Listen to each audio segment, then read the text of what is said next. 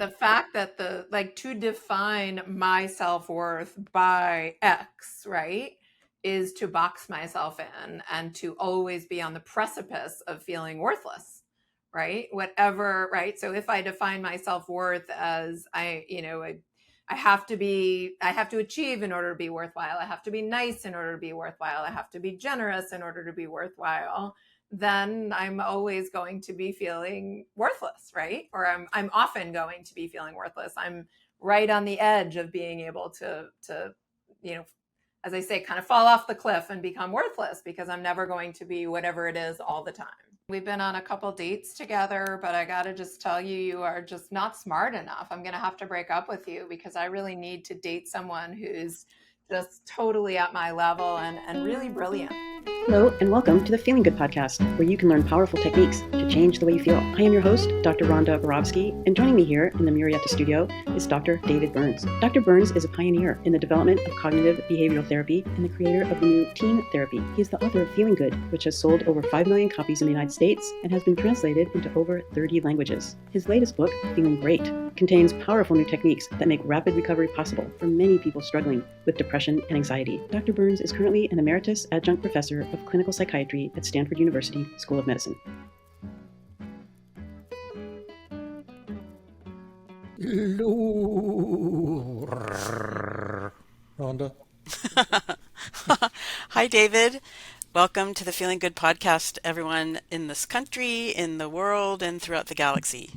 This is the Feeling Good podcast, and it's episode 423, and we're so lucky today to have Jill Levitt with us. Thank you, Rhonda. I'm excited to be here with you guys. Yeah. And everybody knows that Jill is the Director of Clinician Training at the Feeling Good Institute and the co-leader of the Tuesday group that's taught to team therapists from all over the place on Tuesdays from 5 to 7 Pacific time. A dear friend and brilliant teacher and great therapist too. So we're just so lucky. Jill, you've been out for a couple of weeks and you're on the mend now, and we're just overjoyed to have you with us again. Thank you. I'm so excited to be with you guys, honestly. Yeah. It's just like having a play date with my two dear friends. Yeah. Yeah. And all that, besides being a great teacher and trainer, just really an all-around great person, Jill. And it's so great to be in your presence. Now, before we go on, we have a question to ask our listeners. You can give us a show of hands, and I can calculate how many hands are going up. But how many of you who are now listening, whether you're a therapist or non-therapist, how many of you sometimes feel like you're not good enough? Tell yourself, I'm not good enough. I should be smarter. I should be better than I am. Put your hands up if you ever feel that way. Yes, I can see almost 100% of our viewing and listening audience, those hands are going up. Well, if you sometimes feel that way, we have some really good news for you. And although this will be directed primarily at shrinks, this announcement, and Jill will tell us the exciting event on December 6th. Yeah, so David and I will be doing a day-long workshop for therapists on December 6th.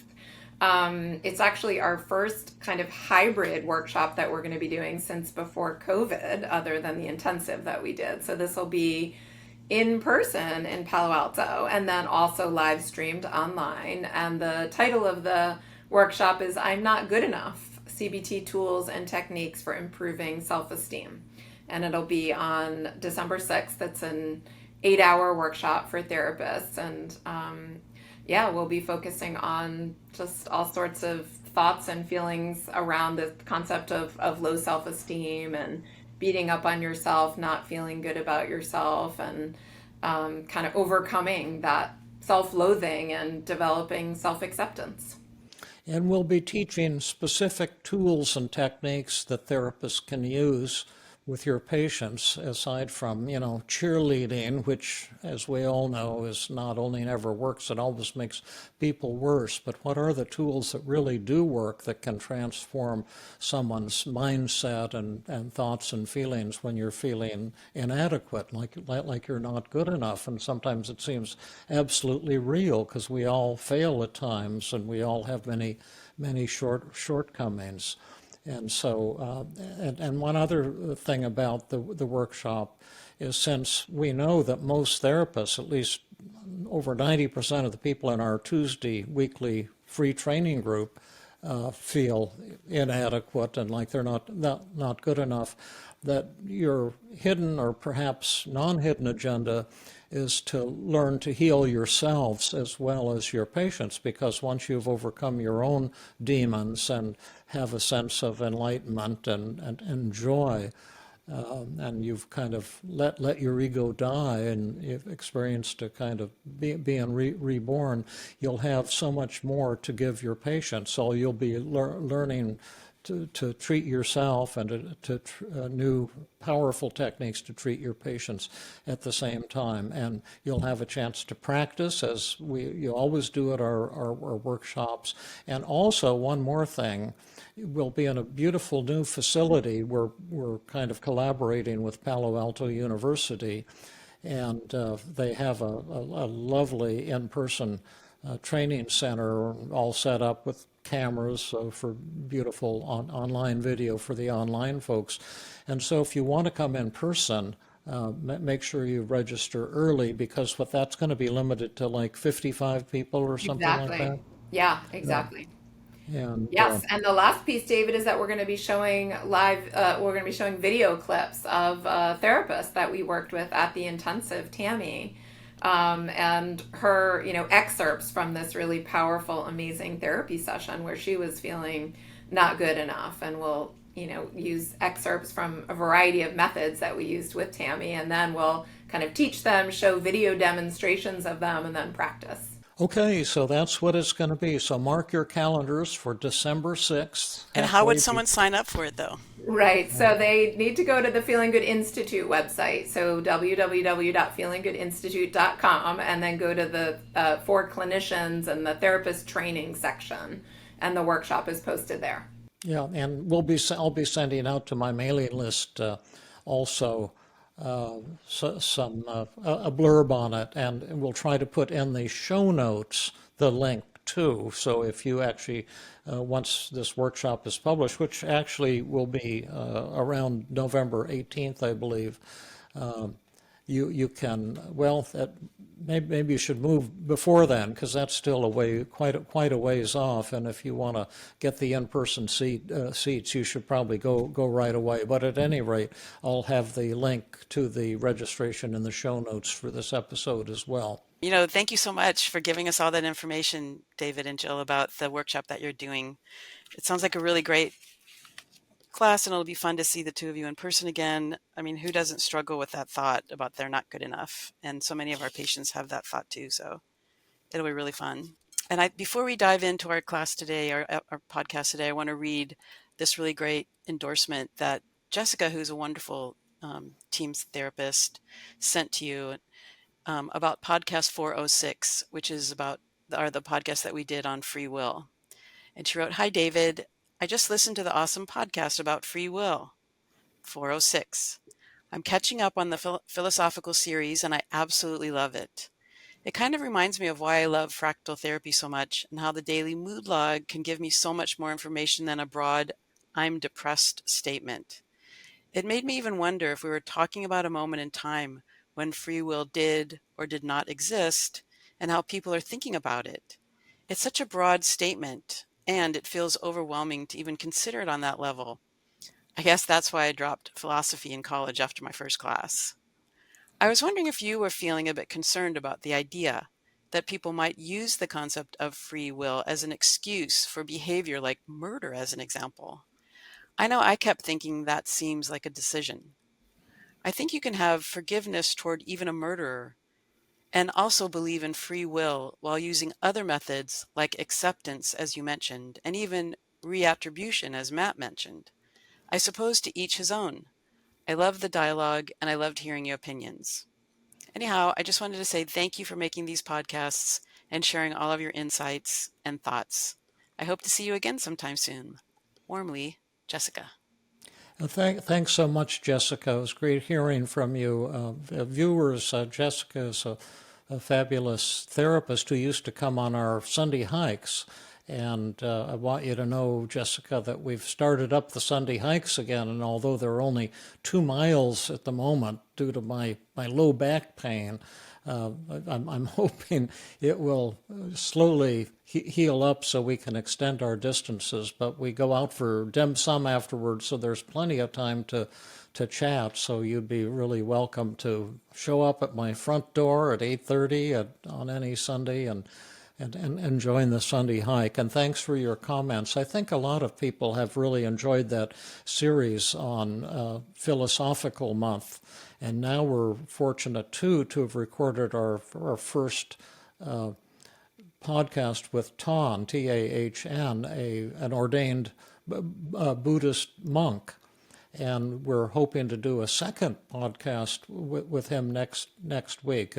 I'm very excited about extending our philosophy month into kind of a spirituality month, not in the sense of religion, but in the sense of a spiritual connection with ourselves and with others and with the world that we're living in. I think there's just a tremendous hunger and interest in that topic, and we're just grateful to have some pretty cool podcasts to dive into that, because in Team CBT is not only about reducing negative feelings like depression, anxiety, anger, guilt, shame, and so forth, but also developing positive feelings of enlightenment, kind of going into a spiritual dimension if someone is interested in, and self-acceptance that represents a lot more than just not being depressed anymore,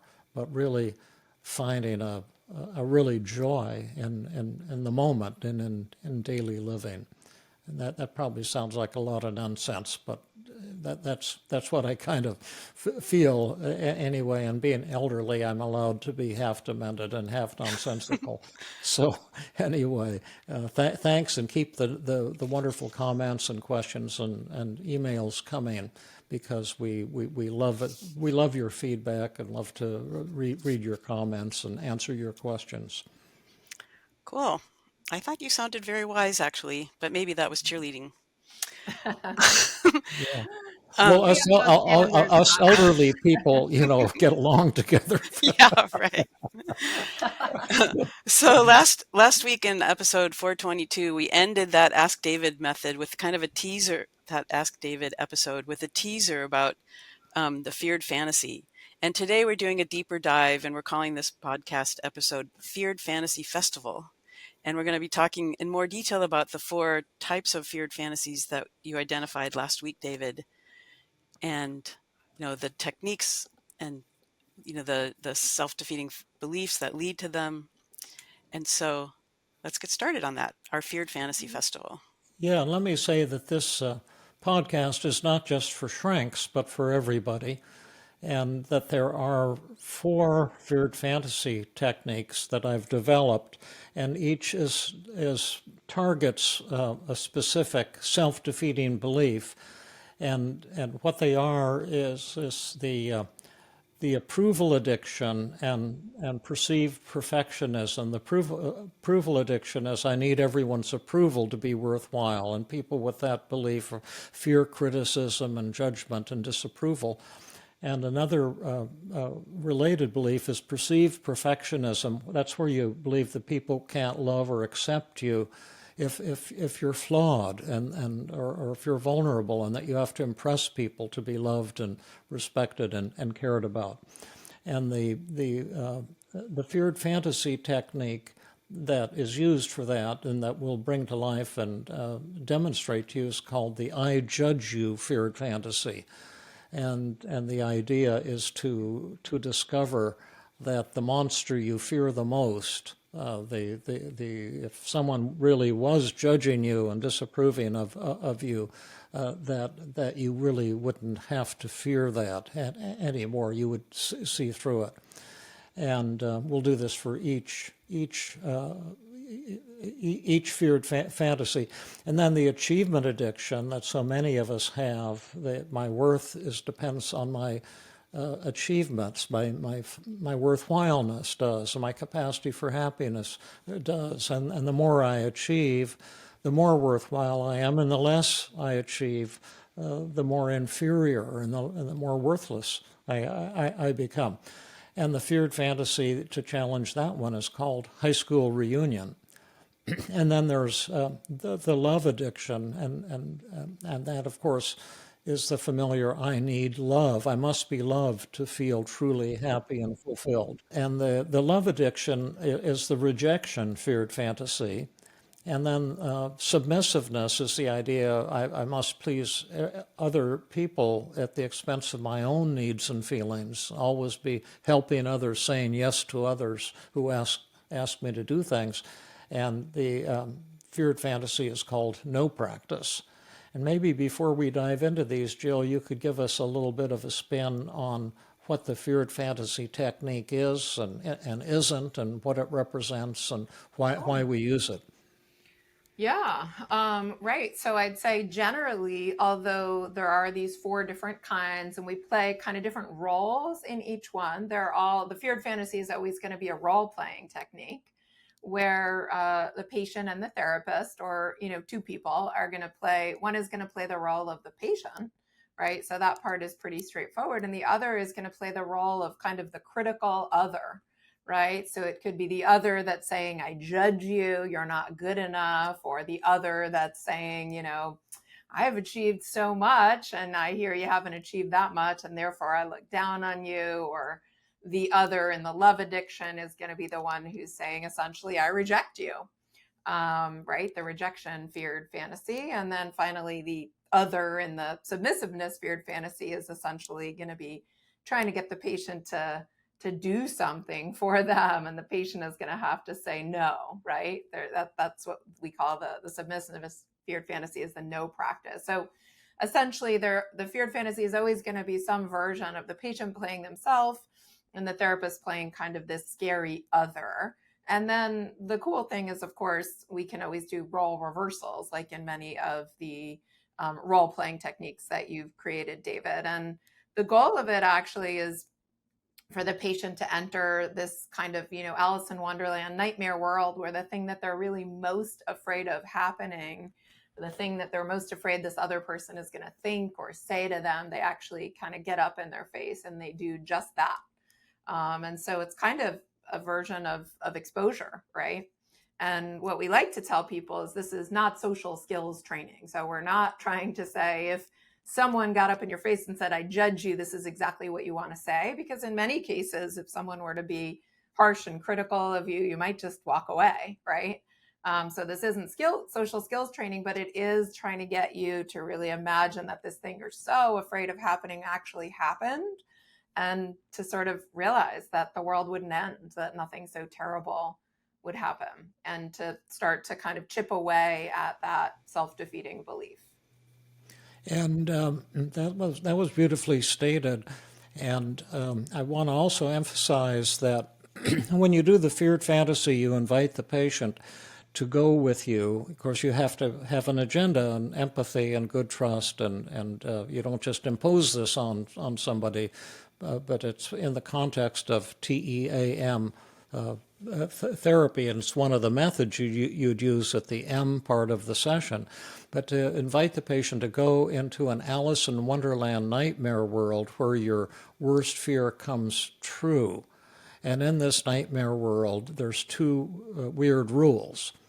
One rule is that if you think that others are looking down on you or judging you or having negative thoughts about you, they really are. And then the second rule is they're not polite.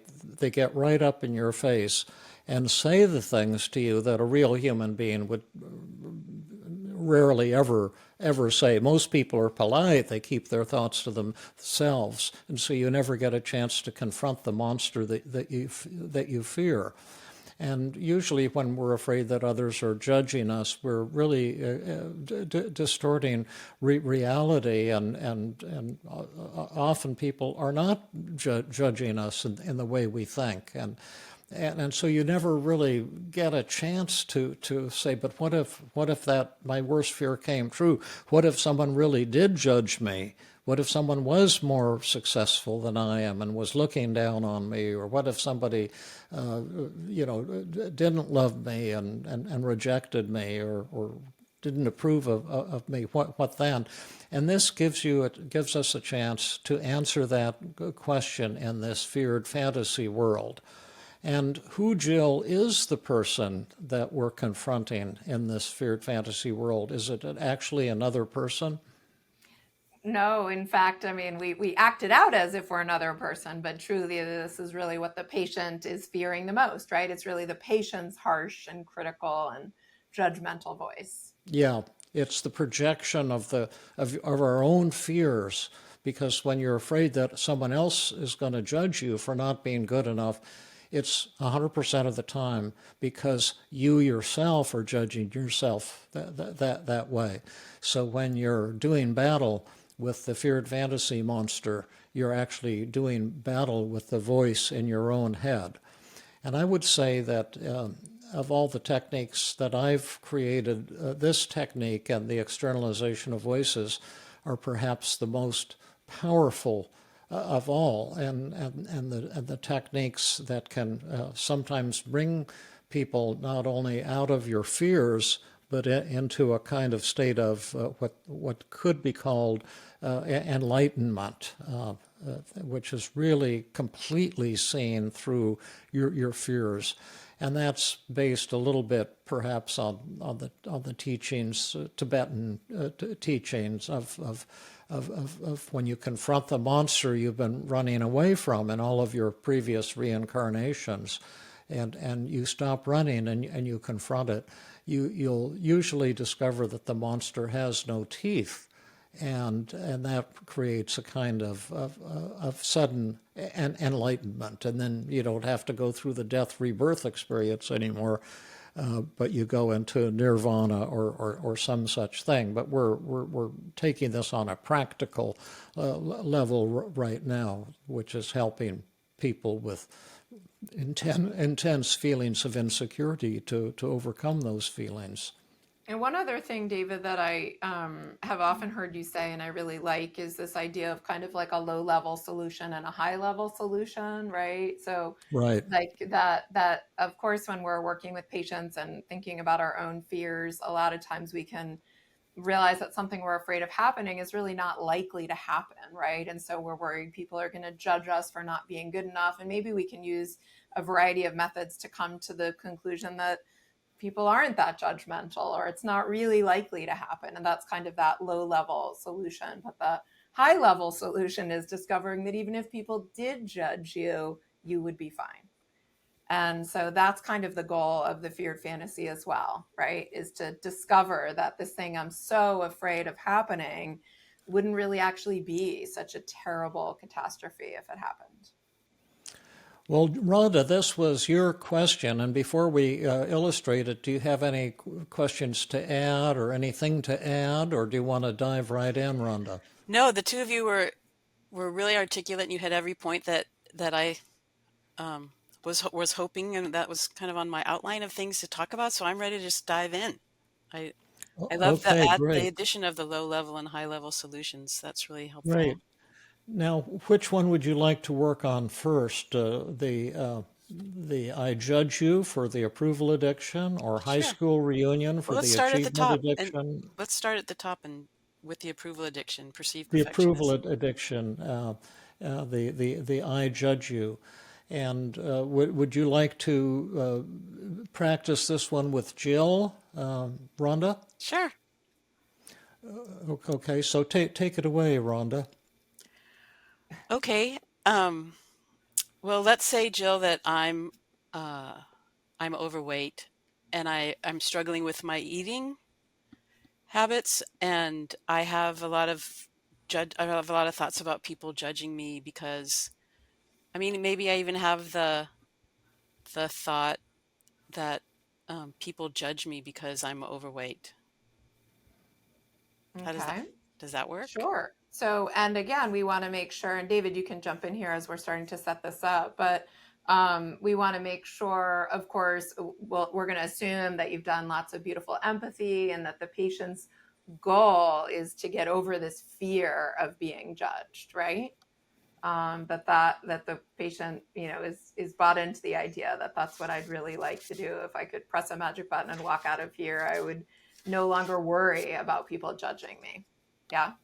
Yeah. That's right. And if you're the therapist, you would ask the patient, what are you afraid that people would be thinking about you when they're judging you, but they'd be afraid to tell you? And they may have two or three thoughts that, that they're afraid of hearing. Do you have any besides that one, Rhonda? Sure. I'm I'm I'm lazy because I don't like to exercise, So and people will think, like people would think, you are lazy. yeah, people will think I'm lazy because I don't like to exercise, and people will think I have no self-control because I don't stick to a diet, and people will think that um, people are really judging me, like I'm kind of an idiot or I'm stupid because I gain weight and I lose it, and then I gain weight and I yo-yo with my weight. Mm. Okay, that's excellent. So take it away. And which role did you want to start out in? Do you want to be Rhonda or the feared fantasy monster? I think I want to be Rhonda. Great. I want Jill to be the feared fantasy monster. Okay, so that means again, then Rhonda, you're going to play the role of you, Rhonda, who's having these thoughts that people are going to judge you for being overweight, and these specific thoughts that I wrote down. And I'm going to be kind of the judgmental other, right? I'm going to be using the thoughts you shared with me, and I'm going to be kind of getting right up in your face and criticizing you and telling you just what I think of you using the thoughts that you've shared with me. Okay, Okay. great. Um, Okay, so Rhonda, yeah, I was thinking that I heard that you I see that you're overweight, and I heard that you don't like to exercise, and so I really judge you. I think that you're lazy because you don't exercise enough. Hmm. Wow. You know, lazy is such a subjective term. I mean, I really think it's true. I am reluctant to exercise. Um, I often don't, I'm tired at the end of a work day, and I also often don't make exercise a priority either before I go to work or after I go to work, after I come home from work. And it is also true that when I take a walk after work, I really enjoy it. So I can choose to start doing it more. Um, I've noticed that you're kind of a thin person, and I'm wondering, what do you do for exercise? I'm really admiring the way you look. And do you have anything specific about what it is that I'm doing wrong that I could do better? And so, should I stop here, David, and ask who won, Yes, or you want me to? I Yeah, would. No, yeah. sure. So Rhonda, who do you think won that? You or me? I think I won that. Was that big or small? I think it was big. Was that big or huge? I think it was just big. Okay. Now, Um, now before we figure that out, let's just ask our listeners to take a piece of paper and write down why you think that was big but not huge. And remember that when you do externalization of voices or the feared fantasy, there are three cognitive strategies you can use. And there's also the 5 secrets of effective communication that you can use, that you were using beautifully, Rhonda. But the 3 cognitive strategies are the self-defense paradigm, the acceptance paradox, and the counterattack technique. So write down what you think might have been missing that could be added to strengthen the win from a big maybe to get it up to a huge. And then raise your hands when you've written something down. I can see the hands going up of the 40,000 people now listening to the podcast. I can. There's now 35,000 hands. I'm counting them going up. No, what I mean is, of the 12 people listening to the podcast, 8 hands went up. So what's Rhonda? What's the answer? Well, it wasn't a high level solution. I didn't get to a place where, even if you were judging me for being lazy, it doesn't matter because I know I'm not lazy. Or it doesn't really Right. matter. Go ahead and judge me if you want. I'm sorry, but I was asking, was it missing self-defense, acceptance paradox, or counterattack It technique? was missing acceptance. Right, right. So now, what should Jill do now, Rhonda? She should do a role reversal. Yeah. So would you like to try a role reversal, Rhonda, where you're going to be the critical other and you're going to hit me with this thought that I'm lazy because I don't exercise and I'm overweight, and then I'll see if I can model some self-acceptance Sure. and maybe some other things too. Yes. Okay. So, I happen to notice you're a little, you're more than a little overweight. And I just want you to know, I judge you for being lazy since you don't walk or exercise. Yeah. Right. I mean, ouch, that kind of hurts, I have to say. But that's what I worry people think of me, and that's kind of what I think of myself too, actually. I have a lot of strengths and I do a lot of things really well, but moving my body and getting exercise in every day is not one of the things I thrive at. And I admire that you look so fit and so active, and I definitely struggle to get myself to be really active on a daily basis. Do you have any tips for me on maybe how to get started? Because it's totally something I've been struggling with. Okay, Who won that, Rhonda? you, Was that you you, or me? yeah, you definitely won that. Yeah. And do you think I won big or small or big or huge? Huge. That was Yeah. huge. And how did I win huge? Well, I think some vulnerability in the self-acceptance that you worry that people are judging you and that you admitted that you judged yourself that way.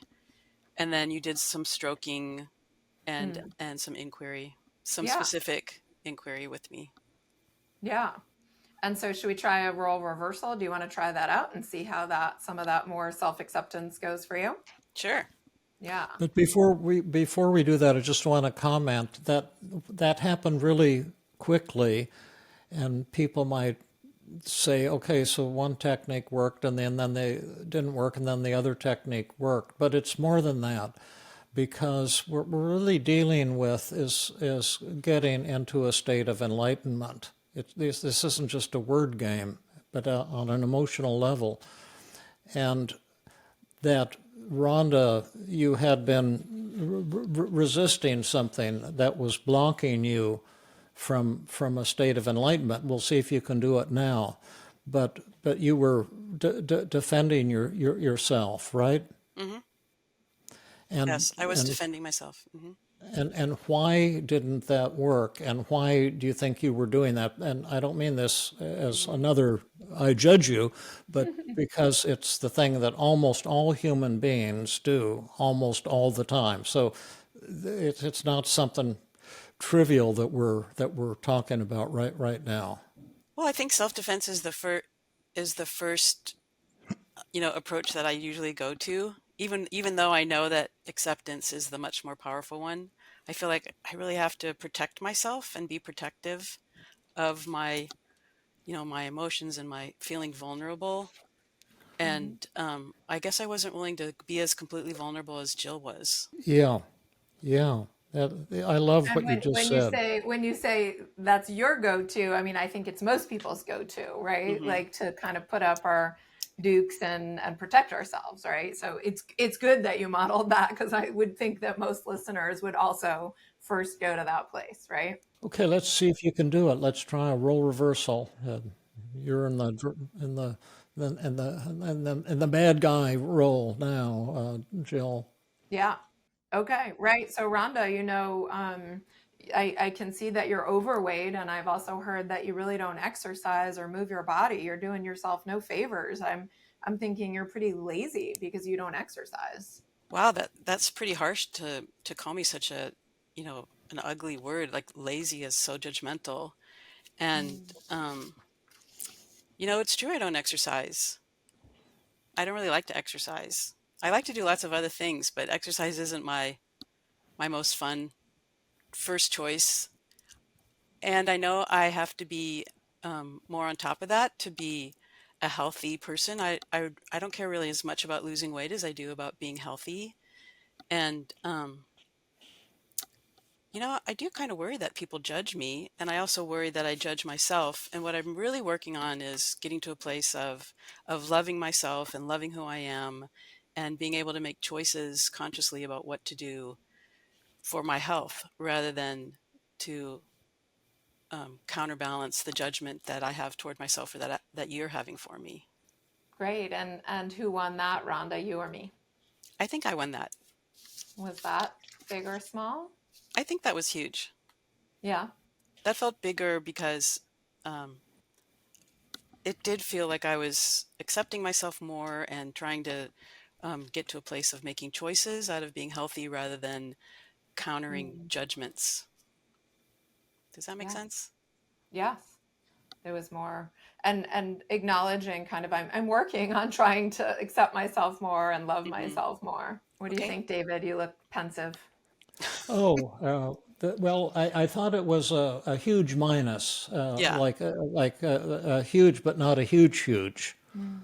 That's just my point of view, and there's a lot of ways to do this, but I thought that you were still weaving in some kind of self-defense about how you've chosen to be healthy Mm. rather than thin, and to exercise, and it was still, I thought, on some level, trying to protect yourself. And from Mm. my point of view, that still detracted a little bit. Hmm. And I can model that if you like. Sure. And you can be the monster, Rhonda, Okay. and and I'll be David, and Okay. you can attack David along the same lines. Okay.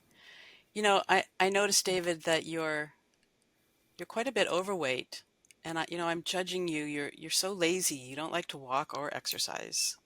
Yeah, well, I have to correct you a little bit. I'm not real overweight. I'm actually of a pretty good weight, but I do have some extra pounds I wish I didn't have, and I was really thin not long ago, and I've really enjoyed eating. And to tell you the truth, I've enjoyed not exercising yesterday and today, and I plan not to exercise today. So I'm just going to plead guilty as accused. But I have a lot of other faults that are way worse than that one. So if you get to know me better, you'll find a lot more than just that to judge. Mm, that And who was, won that? yeah, Yeah. that was a big, huge, triple huge David win. Yeah, and why? Because that was 100% acceptance. Yeah. And in a way, it was also counterattack when you said, I'm not overweight. I have a few extra pounds, and you know what? I'm not exercising today. I'm not exercising yesterday, and I'm not exercising tomorrow. I didn't exercise yesterday, and I'm not exercising Right. tomorrow. And No, I won't go that far. I probably will exercise tomorrow, but I promise I will not enjoy it. The other thing that I love to add in general with the "I judged you, feared fantasy," the other type of response I like to add is inquiry, but hmm not even the inquiry of like, tell me, what strategies do you have? But I also like to even kind of turn it on its head with like a humorous, like, just out of curiosity, like every New Year's, I see all these ads for gyms and weight loss memberships. So I'm thinking I am not the only one struggling, with motivation to exercise. Do you judge everyone who's overweight? Do you put us all in some garbage can Yes, category. yes, I do, and I enjoy every minute of it. All of you who are overweight, I judge you. I judge you real bad. Right. And so asking those kinds of questions with sort of an interest and humor and like, so we all trash, like you look down on all of us, we all seem incredibly lazy. And, and if the person's like, yes, it's like, yeah, I guess I'm in good company then, right? There's a whole billion, $1 trillion industry for us lazy folks who struggle with motivation, Yeah, Yeah, you know? that was yeah. awesome. And once again, this isn't about weight loss, and it's Right. about enlightenment. It's about really accepting yourself, and then getting relief from the burden of it's the self Mhm. criticism, the beating up on ourself. Like you could say, David, why don't you beat up on yourself more? David, why don't you beat up on yourself more? Well, because I don't have enough time, because if I was beating up on myself for my flaws, I'd be busy all day long and I've got better things to do. But there's plenty of flaws there, I can tell you that. But Hmm. I've just made the decision to kind of love and accept myself. I'm an older guy, I won't be around that long, and I want to kind of love myself and love my wonderful colleagues like the two of you, and get some real joy in life. But I've always been pretty flawed and probably always will be. Yep. Love it. Incredible. That takes real enlightenment. It feels really good to defend yourself for me. Mm. It just feels so good. But to get to the To enlightenment, defend that yourself, feels, yeah, but yeah. it How feels, good did it feel, Rhonda? yeah, like on a scale of 0 to 10, it felt a 10, a Oh, 9. really? It felt a Wow. 9. Yeah, 9. I'll say 9. Yeah, But listening to you, it feels so freeing. yeah, And that's on a scale of 0 to 10, that was like a 15. yeah, Yeah. yeah. Thanks. And that's why this is so hard, because enlightenment doesn't look good because we can't grasp it. We think that's Mm. weakness, and I've got to be strong, and I've got to defend myself. But this is about, to my way of thinking, this is about enlightenment. It's like rapid enlightenment training. And we won't go further with these role reversals on this one because we still have more in our feared fantasy festival today.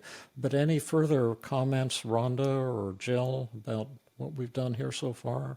No, just that was fun. Yeah, I would say also, David, the direction you were just going in your comment was also that, this is regardless of if the patient wants to lose weight or doesn't want to lose weight or get fit or not get fit. It's a question, how do you want to talk to yourself, right? Like you Yes, could have that's a right. goal that I want to lose weight, or you could have a goal that I want to accept, I don't want to lose weight. And this kind of has nothing to do with this. It's like, in order to lose weight, I don't have to beat up on myself, right? I don't have to tell myself every day I'm lazy. I could decide to motivate myself in other ways, basically decide to Yeah, change because I want to change. So it's a separate goal. It's how do you want to yeah. talk to yourself? How do you want to Yeah. feel about yourself day in and day out? And then this, of course, reminds us of the double standard technique. Would Yep. would would you, Rhonda, say those things to someone else who was overweight? No, never. Why not? Because it would be mean. If it feels so good. Yeah. No, it doesn't feel good to say those things. I would never say those things. Yeah. But you would say those things, wouldn't you? You're already saying those Well, things, I'm aren't saying you? those things to myself. Yeah. I would be saying those, but I would never say that to another person. No, Yeah. no. All right. So shall we Should push we on try the, to? the high school reunion feared fantasy? Sure. Yeah. Yeah. Let's see. You set up that one. Should I set up this one, Jill? Yeah, absolutely. The high school, well, first of all, the achievement addiction, all of these are based on the idea that you want to give up these self-defeating beliefs. And we're not going through all of those steps, but you might do a cost-benefit analysis and what are the advantages versus the disadvantages of the achievement addiction, basing your self-esteem on your achievements, and your worthwhileness. And the idea is the more I achieve, the more worthwhile I am.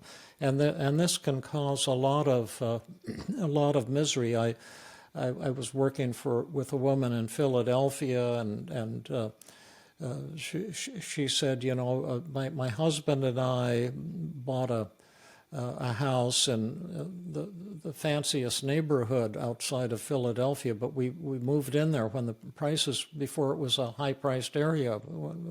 We got a very inexpensive house, and we have a modest living. We're doing fine, but we're not rich. But all these rich people moved in, and they've got mansions. They built mansions, and I go to the supermarket and I see all these women with fancy clothes and fancy jewelry, and they have Ferraris and BMWs, and I just have our old, Ford station wagon.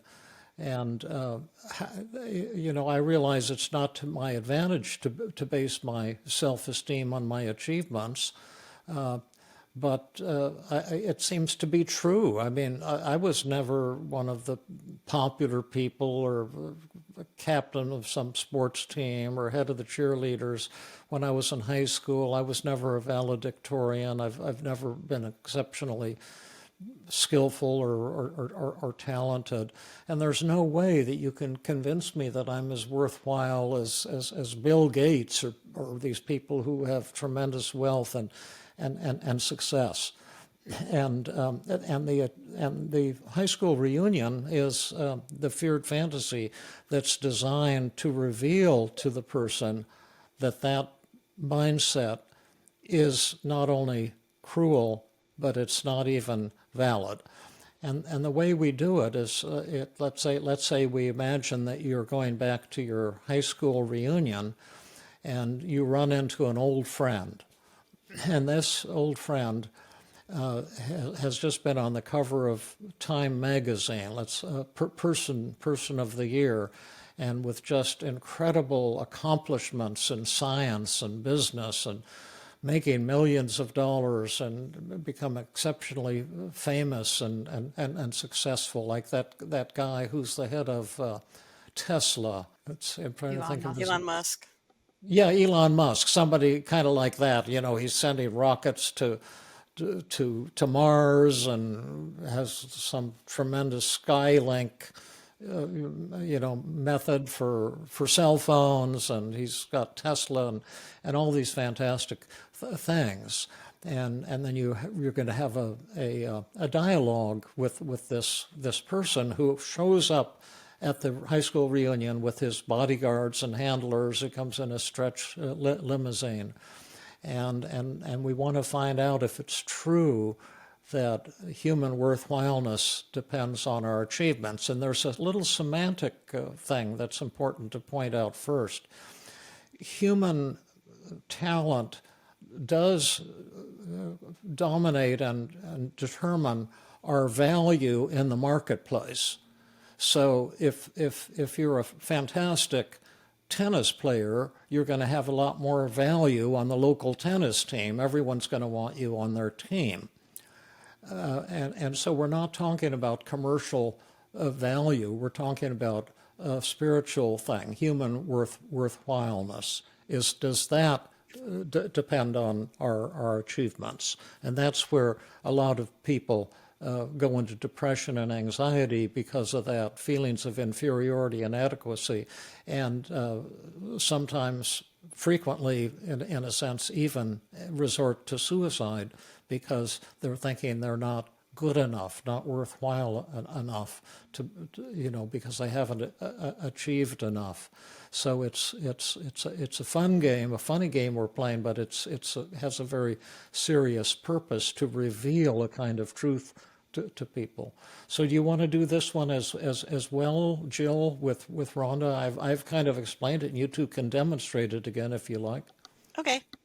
Sure. And then let's first just get what are the specifically kind of what would this patient be worrying that others would be saying to them, or like that they're worthless because they don't drive a fancy car, have a fancy house, wear fancy purses, that kind of thing. Yeah, yes, less worthwhile. Yeah. We want to test this belief, find Yep. out at this high school reunion, is it Yeah. really true Yeah. that people who achieve more are more worthwhile? And so Yeah. you must make this assumption when you do Right. this role play, because this is the thing you're trying to challenge. So we're going to try to find out if this is really true, that people who achieve more are more worthwhile, or I'll do Yeah. it too. I Yeah. mean, I can Either play this one. one very well. You're But welcome to do it if who you'd like wants to. to be the other person? So do you want to be the critical person at the high school reunion, the Well, achieved we're both person? Yeah, going to he's play both. We're going to You're play going to be both both. roles, but I yeah. just want to know who's going to role play with me. I want to. We Rhonda could, does? yeah, but then Okay, we great. all could do it. But Yeah, sure. We could all chime Sounds in. good. And would you like to start out with this incredibly successful person from Time Magazine, or would you yes, like to be Rhonda? no, I want to be the incredible, successful person. Okay, I'll be and am I playing the role of Rhonda? Okay, sure. Is Or you that could, yeah, okay? sure. Yep. Okay, and what is your name? Rhonda. No, No. never in the feared fantasy. Well, You're talking externalization of voices. I'm going to play Rhonda, and you're the person from my oh, high I'm the school person from your high class. school. I'm You're the, Rachel. you're Miss Fancy Pants. Rachel, okay. I miss Fancy Pants. Yeah, Okay. Rachel. I don't know what. And Yeah. so I'm going to just start the dialogue. Okay. Rachel, I'm so excited to see that you came to our 30th reunion here. I had no idea you were going to show up, and here you are with your bodyguards and handlers, and Wait. I'm Who are just you again? I don't even recognize you. I mean, I have. well, I don't. I know you don't remember me, but I was in your class, and remember we voted you the most likely to achieve, and you were Well, the I class actually am president. And extremely successful. I have just published my 400th article in a peer-reviewed journal. Before that, I just got. I don't know. Have you read my fifth book? And my husband just gave me a 30-carat diamond ring. Do you oh want? yeah, I Yeah, do see you want it to there see it? on your Yeah, finger. It's yeah, just yeah, fantastic. yeah. Not only that, but I just bought a 15 bedroom, 20 bathroom house in the most exclusive area in. Actually, it's in France. I don't want to boast, but it's in the south of France. It's in like Yeah, the most perfect place on earth. And my children are incredible athletes and scholars. I have the best partner. I have the most peaceful life. I did just win an award from the president for being the most specifically sure. achieved person in the Yeah. entire United States.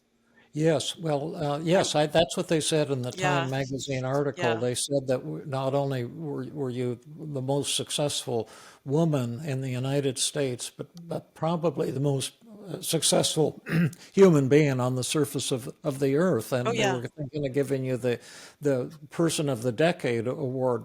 right. And I'm familiar with a lot of your accomplishments, and I'm just so proud of you and tickled that you'd come to the reunion. But I had one question for you, if you don't mind. Oh, oh no. What's that? Well, you know how we have this, you have this value system that our worth depends on our achievements. Well, that's because I have achieved a lot. And so I Yes, am worth a lot. and Yes, that you I do have believe that. I do believe that. that you're well, and so you've achieved much more than anyone here at our reunion, and vastly more than me. I mean, I'm working as a clinical psychologist, and I have a perfectly wonderful and rewarding life, but I've never had any of the kinds of accomplishments that you've had. And there's something I heard through the grapevine, Mm. and I just want to share it with you because I'm sure it wouldn't be true, Oh, and what's you that? can tell me, could you? Sure. Okay. Well, I heard people through the grapevine saying that because you think that because you've achieved so much more, that you're more worthwhile than other people, and that you're kind of judging people who have accomplished less than you. And I said, no, Rachel couldn't be that kind of person. But I thought I would just ask you to find out. I thought that would only be fair to you to find out if you really are thinking that way. Yes, I am thinking that way. Oh, so you're kind of looking down on me right now, I'm totally looking down on you. and Yes. everyone here at the Yes, that, reunion? I mean, actually, that's why I came to the reunion, to just show how much a better person I am than everyone else I went to high school with. Oh, okay. Well, have fun here at the reunion. I know there's a long line of people to get your autograph and stuff, and I've got some people in low places to kind of hang out with. And have a good one, Rachel. Okay, great, thanks. You too. Okay. So, who won the Actually, exchange? Would you say? actually, it was hard to maintain that rule. I'm not. y- It felt like I lost. Yeah, I'm not sure if it felt like you won, but it definitely felt like I lost. yeah, That it was hard to maintain, that it was uncomfortable to be in that position, um, right, right. that it To was to think. isolating and kind of lonely. Right. And what's the point of that? It's an absurd comedic thing, I guess, but what is the point that's being made here in bright neon blinking sign? There's a conclusion about it. That there, Remember our hypothesis that we're claiming that people who achieve more are more worthwhile human beings. Do you still believe that? no, Oh, that yeah, it's not the achievements on the outside, the external achievements that makes us worthwhile. It's, we can take it a step further. It's who you are as a person, the kindness and the compassion and the, you know, the, the, would you think that the makes core us values. worthwhile, our kindness and compassion?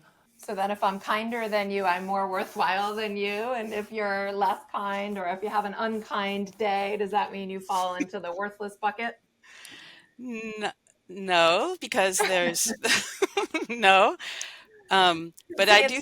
it's kind of a trap, and this is also oftentimes what happens, right? Is that patients kind of wiggle out of like, oh well, right, no, sorry, it's not achievement that defines my worthwhileness. It's how nice I am that defines my worthwhileness, or it's how good of a Yeah, mother I am that defines my worthwhileness. yeah, And then the yeah, problem is that if we define our worthiness by any kind of one thing, then we can so easily feel worthless because we're never going to be the best at that one thing, or we're going to have days where we're yeah, not quite that one thing, yeah, right? yeah, yeah. Could I speak to you for a minute, Rhonda? Sure. I'm here back at the reunion, Oh, and do you remember how we decided to base our worthwhileness on our kindness and compassion? yes. And did you see how it was on Time magazine? I was on the cover of Time magazine. I won the world compassion competition. Wow. You beat the Did you Dalai see that? Lama? I Yeah, didn't, I I beat out missed the it. Dalai Lama and the Pope this year. Wow. They said I'm the most compassionate human being in the world, Wow. So and I have millions of fans and followers because of that. But can I mention something to you, Rhonda? sure, because I'm really I admiring you heard you right were now. kind of grumpy the last couple days. Yeah, that's true. I have my grumpy moments, Uh-huh. and So especially when it's what follows, Rhonda? that See, you I'm are a never lot. grumpy. I'm always a master of kindness and compassion. Well, you're a much more worthy person than I am. Yes, yes, and so I just wanted to let you know that I'm kind of looking down on you. Oh, I deserve that. I deserve it for you. I deserve you to look down on me because I Well, can't be that's happy all the time. I can't be kind or compassionate all the time. There are moments when I'm grumpy, and feel free to judge me when I'm grumpy. I judge you. I judge you real bad because I'm so loving and compassionate. I'm better than you. Do you see what I mean, Rhonda? Yeah, it seems like such a contradiction to be Yeah. And so kind and judgmental at the same what is time. the point that Right. Jill was making? Um, just accepting yourself with all your strengths and flaws and who you are as a person. So, because you're everything in anyone, you're everything. Yeah. You Yeah. So what is it then that makes us worthwhile human beings, Rhonda? you know, just the fact that we were born on this earth and that we are here and that um, we're doing the best we can with what we have, and that So we have to do the best we can to be worthwhile? I hear you are not Rhonda, your could I best, talk to you for a Rhonda. minute? well, They gave me the hard working award of the year. They said that this guy does the best he can more than anyone on the surface of the earth, so he's more worthwhile. What wow, are we driving at, Rhonda? um, that a hundred, And our listeners, what are we driving at? Because it's a silly, but it's a deadly serious point that yeah, we're trying to make. What is it? The no, fact that the like to define my self-worth by X, right, is to box myself in and to always be on the precipice of feeling worthless, right? Whatever, right? So if I define my self-worth as I have to achieve in order to be worthwhile. I have to be nice in order to be worthwhile. I have to be generous in order to be worthwhile, then I'm always going to be feeling worthless, right? Or I'm often going to be feeling worthless. I'm right on the edge of being able to you know, as I say, kind of fall off the cliff and become worthless because I'm never going to be whatever it is all the time. Right. So you can kind of climb up a ladder. You can have conditional self-esteem, like, I'm worthwhile because I have a good singing voice. Well, what Mm-hmm. happens when, like David, my voice isn't as strong as it used to be. And when I was younger, my singing voice was never any good in the first place. I went out for some choir and, they didn't accept me when I was about 10 years old or something like that. But if any time you measure your worthwhileness by some attribute, Yeah. you're in a trap. And getting out of that trap is a step toward enlightenment. And then you can say, well, I'm worthwhile, because I love myself, because I declare myself to be worthwhile. Well, how about the times when you're not loving yourself, when you're pissed off at yourself? Are you then not worthwhile? mm, And so one step up the ladder is to develop unconditional self-esteem or self-acceptance. And then another step up the ladder is to say, I don't even need that. I don't need any worthwhileness. Like, suppose I was especially worthwhile. What would I be more worthwhile than? My cat? I love my cat. I don't feel more worthwhile than my cat. I just feel grateful to have a cat to love. We had a rat in our house, or a mouse we found. We don't know how it got in there. And we tried and tried to figure out what to do, and we felt sorry for it. We started feeding it, which seems ridiculous, but that's what my wife and I both wanted to do. Because the poor little guy, he was running around. He was way too fast for us to catch him. Our cat, was so excited and, hunting him all the time, and couldn't catch him either. And then finally, I learned from Jason Mino that you can get traps that don't hurt them, and then you can put them outside. And we did that, and it took about a week to catch him. And my wife finally caught him, and she said, it's like a big green tube he was in, and she said he was pressed up to try to make himself invisible, pressing against the door, and he almost was invisible. And then she brought him out in the backyard and let him out, and he went scampering out as fast as you can imagine into the grass. And then she left a little plate of nuts and grapes for him, and then went back the next morning, and the nuts and grapes were gone. But it just gave us so much joy to set him free. mm, And I didn't feel more worthwhile than that little mouse. That would just be such a cruel, arrogant way to feel, and it was so pleasurable to love the little thing, just to choose to love it. I don't know, I'm just babbling, wow. but I mean, that is so heartwarming. yeah, Yeah, and I was Yeah. gonna say, The other thing that sometimes trips people up is the idea that we can value achievement.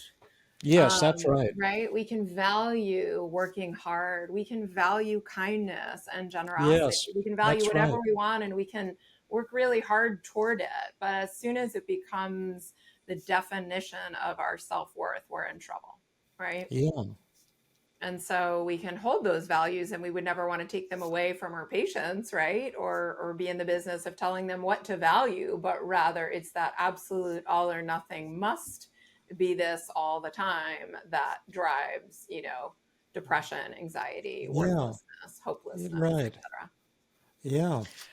Gosh, And we're not only talking about personal enlightenment, we're talking about murder and hatred that's consuming the world in greater and greater degrees as every day goes past. Which right now it's all characterized by convincing ourselves that we're more worthwhile than some other group, and that therefore we have the right to kill that other group, and and that somehow through power and murder we're going to learn how to get along with other people, and so there's all of this killing going on, wars going on right now, and people are blindly thinking this is going to lead to some kind of security for me. But I don't know. It sounds like what I'm saying is so trite and ridiculous, but it is true.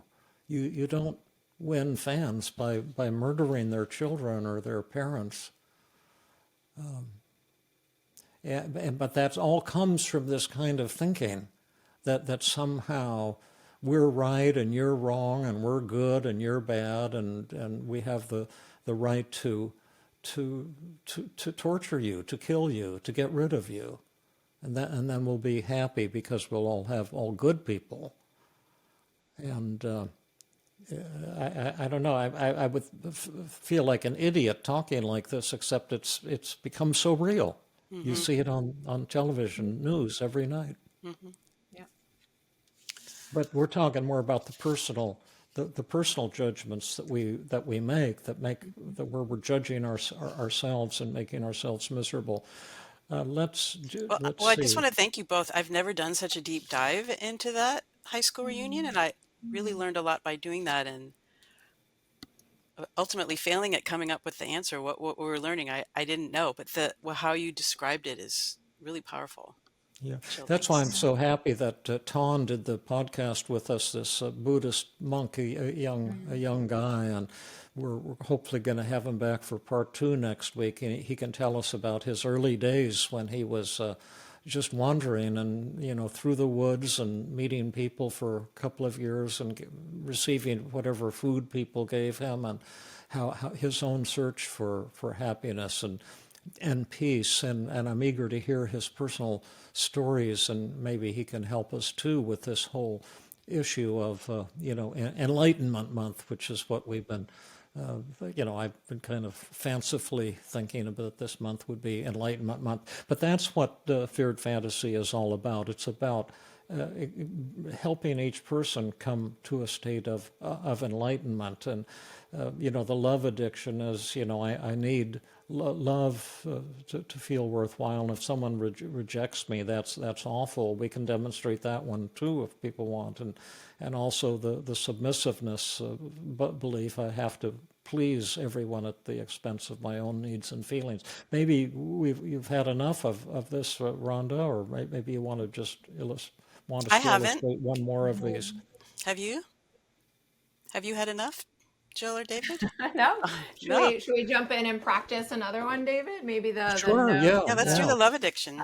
Yeah, let's do the love addiction. Now, this is another very common belief that people have, is I need love to feel happy and worthwhile, and that it would be horrible if someone rejected me. And so here, when you do this one, the one plays the role of the person being rejected, and the other a person plays the role of the rejecter and just says, I reject you because of X, Y, and Z. And the idea is to come to the discovery that if someone does reject you, that's actually nothing to be afraid of, and to see it at the gut level that the goofiness is with the rejecter and not with the rejected. So I did the last one. Okay. Why don't you two do the Sure. if you want the Yeah. What do you want? rejection feared What fantasy? might you be? Do you have any thoughts, Rhonda, of what one might be afraid that they'd be rejected for? Right, like you're not interesting enough, or I'm you're not smart enough. I'm not funny enough. yeah, I'm not pretty enough. uh-huh, all of the above, or Uh-huh. Yeah. Oh, any of those. You, okay, okay, Okay, so let's yeah. write them yeah, down on a piece of paper. okay. So you're I'll be not rejected smart because enough. I'm not pretty enough. That's a Hmm. fear that I've had since I was a child, Hmm. and not smart enough. Did you Hmm. say? Yes. Yep. And not the other was And not then funny enough. I'm not funny enough. Yeah, not right. not not not funny enough. Okay, any others, Rhonda, in there? Oh, I think those are good. Yeah, Oh, good. Yeah, they're huge.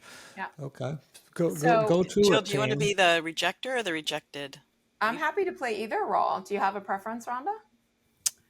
the I'll be the rejector, the The person who's doing rejector. the Okay. rejecting. Okay, great. So I'll just be Jill, and then you can go ahead and start rejecting me. Oh, Jill, I don't think I want to see you again for another date because, I'm a pretty smart person and you're just not really up to my level of intellectual, capacity. You're just not smart enough for me.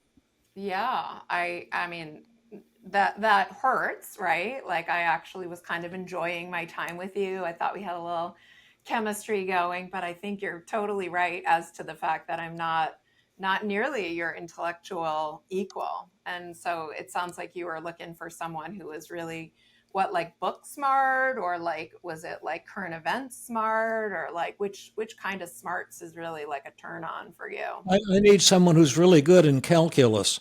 Right. I'm so sad to say I will never be that person for you. But it's, I mean, I truly, I am sad because I thought we had like kind of a good thing going. But I'm also relieved to know that calculus is just so important to you and it's like a deal breaker. So I think you should definitely find someone else to date that is, awesome at calculus. But that's not the other thing. Like all the women that I've dated in my life have looked like they've just walked out of a fashion magazine. They're models. And I don't want to be mean, but I guess it is a little mean, but you're just not pretty enough for me. Well, Yeah. I'm going to find a model for you who's really good at calculus. Then your dreams will come true. That would be close to my perfect person. Totally.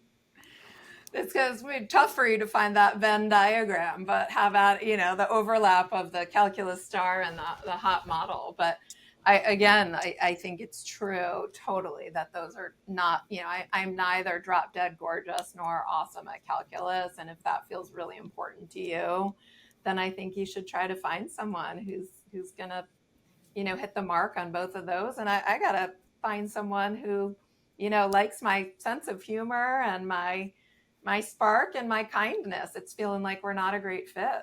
Mm, okay. Well, just, And so who won that, Rhonda? Was that you or me? oh no, you you definitely won. Yeah. And how did I win? And David too. And well, David won with humor, Right. and you won with just confidence and acceptance. Yeah. Yeah. You didn't have to defend yourself or get into an argument or a debate or try to convince them that you are good Yeah. enough. You're just like, yeah, okay, well, good to know. Right. Good to know. Totally. So we're talking acceptance, and acceptance in the areas where you're the most vulnerable, and Hmm. achieving enlightenment through total acceptance. Again, which goes against human nature because we always try to protect ourselves, and in protecting ourselves, we lose sometimes. But it's subtle because this can't be done in a self-effacing way. It Hmm. has to be done in a peaceful, confident, humorous way. uh, and then you can suddenly see it. Do you want to try a role reversal, Rhonda? Okay. All right. Well, Rhonda, yeah, I mean, we've been on a couple dates together, but I gotta just tell you, you are just not smart enough. I'm gonna have to break up with you because I really need to date someone who's just totally at my level and really brilliant. Wow, Jill, gosh, that's really hard to hear. I thought that we had a really great time and there was a connection. I felt a connection on our last couple of dates, and it is true that in our conversations, like you can really talk way over my head. And if you need somebody to be your intellectual equal, you should go back to the dating app and find someone else because that clearly isn't me. Yeah. Well, and sorry, should I keep going? Yeah. And not only are you not my intellectual equal, but you're also not nearly as attractive as I am. And I'm realizing I really need to date a supermodel, and that's not you. I need to date a just brilliant, over the top kind of national merit scholar supermodel. Wow, more power to you. I wish you luck in finding that person. That's that's great. And and I need to find someone that accepts me for who I am and finds me attractive and just as the way I am right now, a little bit overweight as we are, and no, my hair needs to Okay, be combed. sure. Now, can I give you a hint, Rhonda? Okay. I think you just went into subtle self-defense. Oh, I need to find blah blah blah. I would prefer to go in the opposite direction, and just say, and I tell you what, if you'll give me a couple of your cards when I see supermodels that have real high IQs, like I'll ask them what their IQ is, and if it's say above, do you have a level, a minimum level you're looking for, like 150 or something? no, I was thinking 160, How 165, much? 165. 165. I'll ask him. Just say, I know this this person who's looking for a supermodel with an IQ above 165. Would that be you? And then if they say yes, then I'll give them your card, Oh, and they can give you a call. How about that? that sounds good. Okay, good, good. And I'll that keep sounds like my eyes peeled. And if you don't hear from me for a while, it's because I just haven't run into anyone like that. But I'm sure there's some of them somewhere. Good luck. and that was hugely impactful. Yeah, and why? Well, there was no self-defense. There was a little bit of humor and Yeah, um, a lot of acceptance. yeah. But I'm glad that you use a little of that self-defense because that will be controversial with our listeners, and we're always told to be assertive and to defend yourself, and there are times to do that for sure. But this is a different dimension, really, that we're trying to gain access I to. mean, it kind of feels like acceptance too to say, I maybe instead of saying Yeah. I need, but I want to find somebody that accepts me for who I am the way I am. Yeah, that sounds nice. Yeah. Yeah, I like Yeah. that. I agree. Right? Kind of going like, oh, I'm realizing in this moment that you're probably not the one for me either, right? Yeah, Because you're looking for yeah. something really different, and that actually makes sense. I'm glad to know that, and I'm going to work on finding someone who likes these things about me, and you go work on finding someone who likes these things about, whatever, who's a Hmm. good fit for you. Yep. Yeah, right. There's kind of like a piece associated with it. I would also say, interestingly, I mean, of course, we always say, David, that all the methods, especially the role play methods, kind of incorporate a lot of other methods too. And there's something with the rejection feared fantasy that is almost like using that method, be specific, right? Because it's not Yes. like when someone's like, I reject you, it's not like that makes me trash. I'm not some awful person, but I might not be smart enough. I might not be pretty enough, like for what you're looking for, right? And again, I don't really have to think that means I'm bad. I'm just not A, B, or C, right? In your eyes or at the level you're looking at. And that kind of be specific, I think, is also Yes. really helpful. I would say, Jill, I love what you're saying. It's fantastic. And that be specific might run through a lot of these Yeah. because one of the errors we make in our thinking, and we're just kind of programmed to think this way and to make ourselves miserable, but it's like overgeneralization. If I'm not tall enough, then I'm an inferior human being. Mhm. As opposed to the specific, thing. Oh, I'm not tall enough. I can accept the fact I'm not especially tall, and I can Right. accept the fact that I can't run especially far because of low back pain. But that doesn't mean I'm a bad self or I'm an inferior self. You see, I'm not trying to judge myself ever. And it's pretty hard for you to upset me about my specific flaws because I have so many of them. I've just accepted them. I've lowered my standards all the way to zero. And so it makes it real easy when you're old and falling apart that I just don't judge myself for anything. And I don't have a self to be judged anyway. I got rid of myself.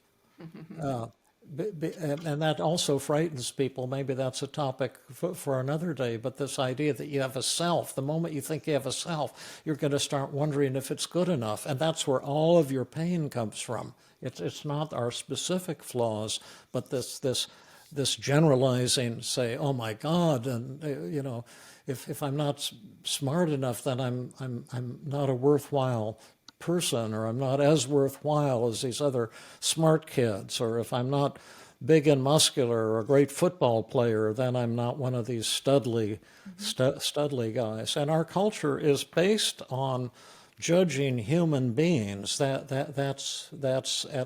so we buy into that and make ourselves miserable because of that. And enlightenment is choosing to get out of that system, but we're afraid to let go of that system.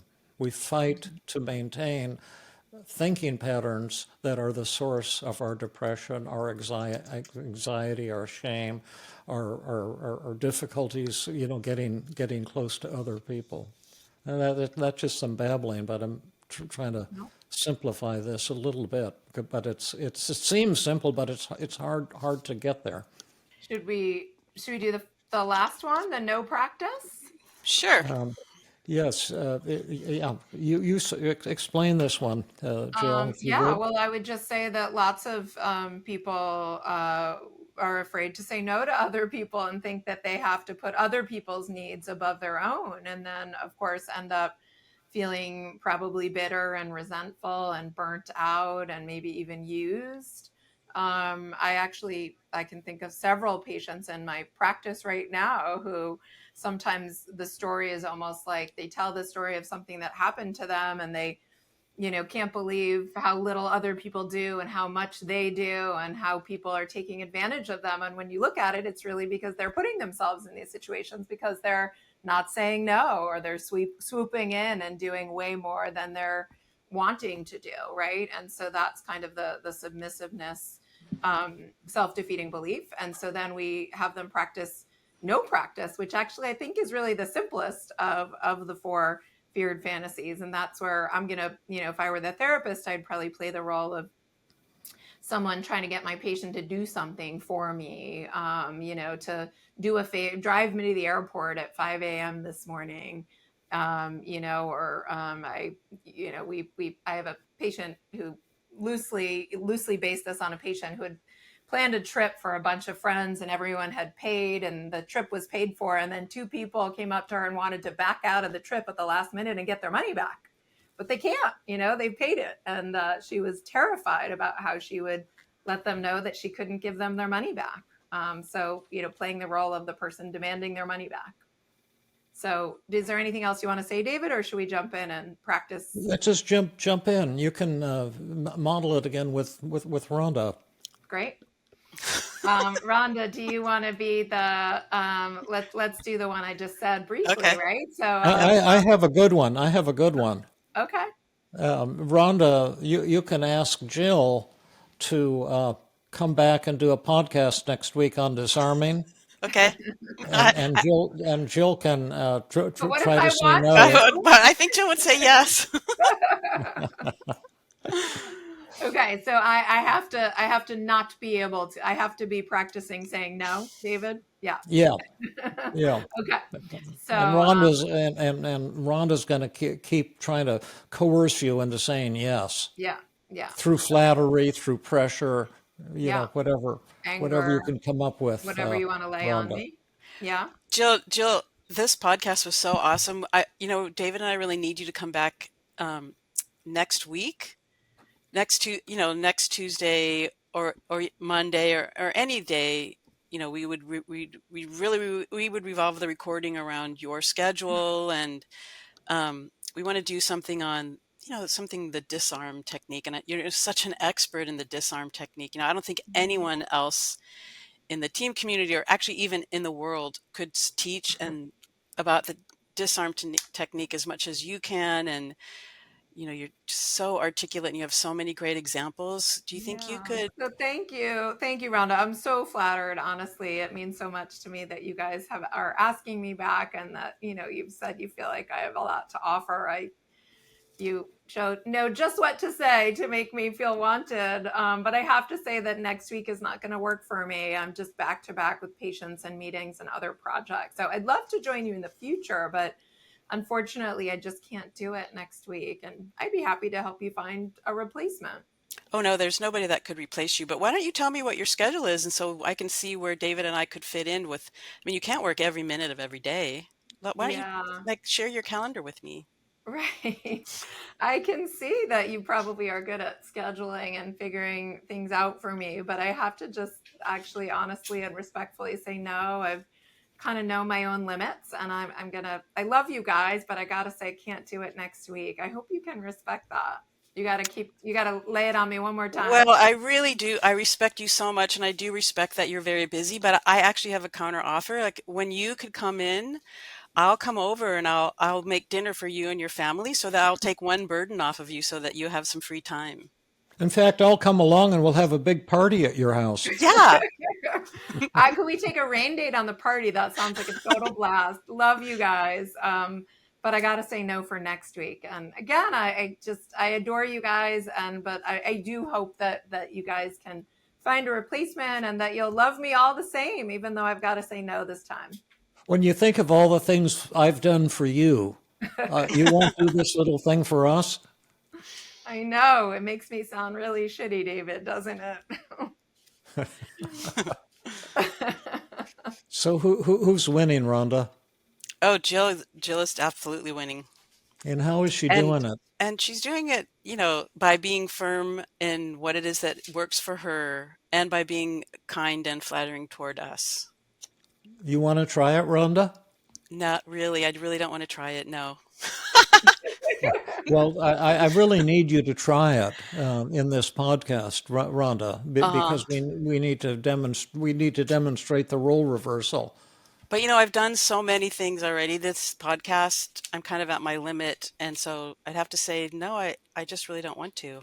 Plus, we're Well, close to the Jill end. and I are here because you wanted help with this, and we want you. This is the last one, and we need to demonstrate a role reversal, and it's not going to be that terrible of a thing. I mean, you're not going to starve to death. You're not going to pass out from Yeah, it's exhaustion. You no big just deal. I know, and I love you, David, so much. It's so flattering that I get to work with you. And Jill, you're like the most amazing teacher and friend and just human. I admire you both, and I want to be able Well, you to. should just do it then, don't you think? I mean, I'm just Just gonna a have to little stick to my favor. guns and say no. I'm feeling kind of tired, and I haven't had lunch, and I can't think straight anymore, and I'm just really gonna have to say well, no. then just do it and get it over with, and then you can have some lunch, and we'll complete our podcast, and we won't be as mad at you anymore. Oh, I understand if you're mad at me because I am disappointing you, and um, tell me what else you're feeling toward me because I'm still gonna have to say no, even though I love you and don't want to disappoint you. How else is it? What's that like for you that I'm saying no? Okay, who's I winning, like Rhonda? that. I'm Huh? winning, but I'm winning, and it's definitely not easy. Yeah, right, right. Yeah, it's hard.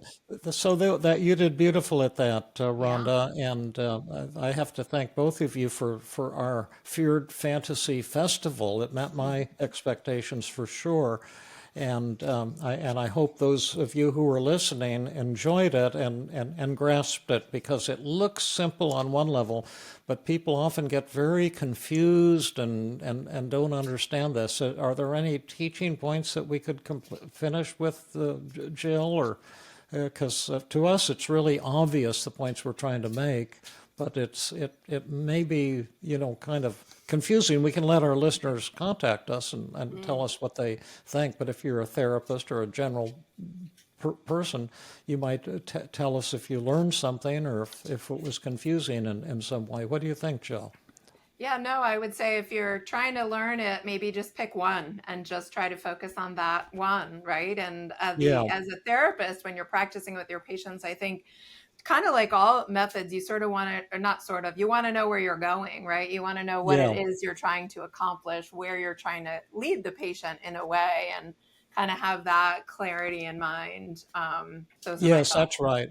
And all that being said, I would say this is one of my top two fun Yeah, techniques to do when we so used to much go fun. on hikes, the Sunday hikes. When we took the long hikes, we did a lot of feared fantasy along the way with the insecurities of the people on the hikes, and it was Yeah. always really helpful, and it took them about 3-4 minutes to grasp it and to see why like say the I judge you feared fantasy was just a lot of baloney. And we're really talking about a transformation of your value system in an area where you've been exceptionally vulnerable, probably ever since you were a child. And also, it occurred to me that this might be helpful for younger kids too, because it can be used as a kind of anti-bullying Yeah. technique, Thicken, anti-bullying thicken your practice. skin kind of thing, right? A thicken your skin treatment, Yeah, right? right. Yeah. Well, Jill, I really want to thank you for coming on, and I thank you, David, for answering this question. I've probably done feared fantasy hundreds of times, and I have learned so much, and I can see how I've kind of skated on the surface of it, and now I can see how much, you know, more depth there is to this method and how powerful it really is. Yeah, So thank you. thank you, Yeah. thank you. Yeah, it was really a fun session That's fun. for me, and I hope for both of you and for everyone who was listening. I don't know why therapists don't use these techniques more frequently, because they are so powerful. But it may be just because they seem scary and kind of far out or something like that. And as you say, Jill, you do have to understand clearly what you're doing and how you're doing it and how you're going from point A to point Z. Hmm. Yeah. Well, thank you guys for having me. It was so much fun. All righty. Bye-bye, everybody. And we love all of you listeners, so keep sending us your questions and comments. We really appreciate hearing from you. Make it a dialogue, not just a show. Thank you.